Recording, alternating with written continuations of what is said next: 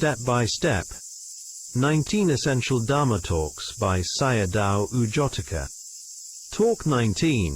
Lying Down Observing Anicca. Contemplation on Death and the Unattractive Nature of the Body.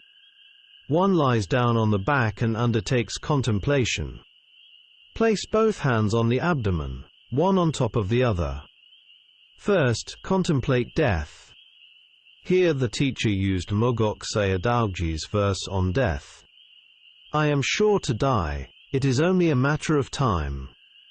Contemplation on death can be practiced by anyone and is highly effective. There are many approaches.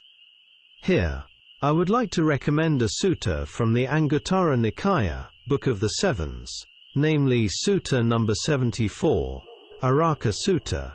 See Bhikkhu Bodhi's translation. A person may die at any time, in any place, from any disease and in any posture. Sayadaw Uttamo once recounted an incident. An old man came to a monastery in a village. After some time he went near a fence to urinate and never stood up again. He remained squatting there for a long time. When people became suspicious and went to check, they found that he had already died. Contemplation on death gives rise to a strong sense of urgency, samvega, which stimulates effort in practice.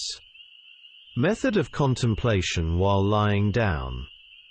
One may contemplate in-breaths and out-breaths, or the movement of air at the abdomen, or whatever bodily phenomena arise. First, contemplate the in and out breath until the mind becomes calm, then contemplate systematically, step by step, scanning the body from the head down to the feet. In this way one directly experiences bodily phenomena, khanda, such as warmth and coolness, pressure at the point where the head touches the pillow or floor, heat and pain arising at the wrists touching the ground, heat and pain at the heels. These areas become distinctive objects for contemplation. At the beginning of this practice there are 7 primary points of contemplation. In-breath, out-breath, back of the head, 4 to 5, 2 wrists, 6 to 7, 2 heels. Through observing these points the yogi learns to discern arising and passing away, leading gradually to insight into Anicca. Contemplation before sleep. Every time one goes to sleep one should begin with contemplation. The reason is that this practice is like discarding everything accumulated throughout the day, all worldly pollution, mental debris and residual impressions. These include thoughts connected with greed, anger, and delusion, as well as clinging in actions performed during the day. Note: if one reflects on the nature of suffering of becoming from the standpoint of the Dhamma, it may appear depressing. Most human beings engage in many unwholesome actions, and their minds gradually become more defiled and corrupted. Therefore, unless purification is undertaken, one's habitual destinations in samsara tend toward the 4 woeful states of existence. Mental states at bedtime. At bedtime various mental states and thoughts may arise. These must be washed away through contemplation. Near sleep, habitual character traits may surface. Those dominated by greed. Those dominated by anger. Those dominated by delusion. Accordingly, one should apply suitable contemplations. Contemplation of the unattractive nature of the body, asubha. Cultivation of goodwill, metta. Anapana meditation. And, when appropriate, contemplation of death as a supportive practice. When the body is tired after a long day, it may not be suitable to practice insight immediately.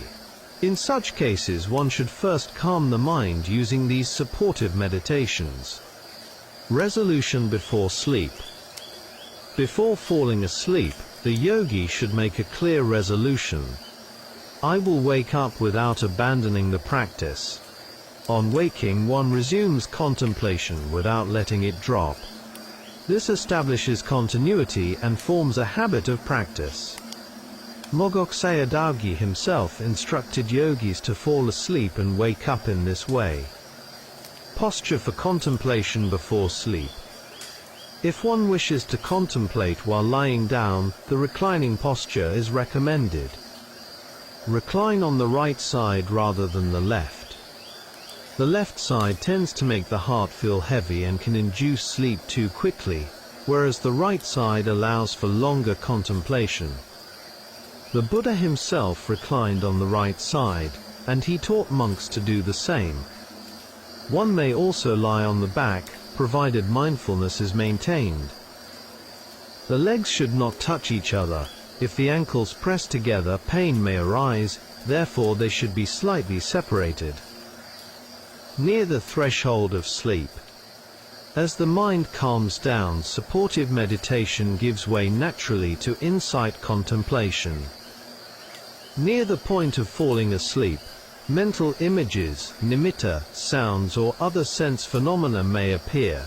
Whatever arises at that time must also be contemplated, without selection or aversion. This is the continuation of practice up to the very edge of sleep.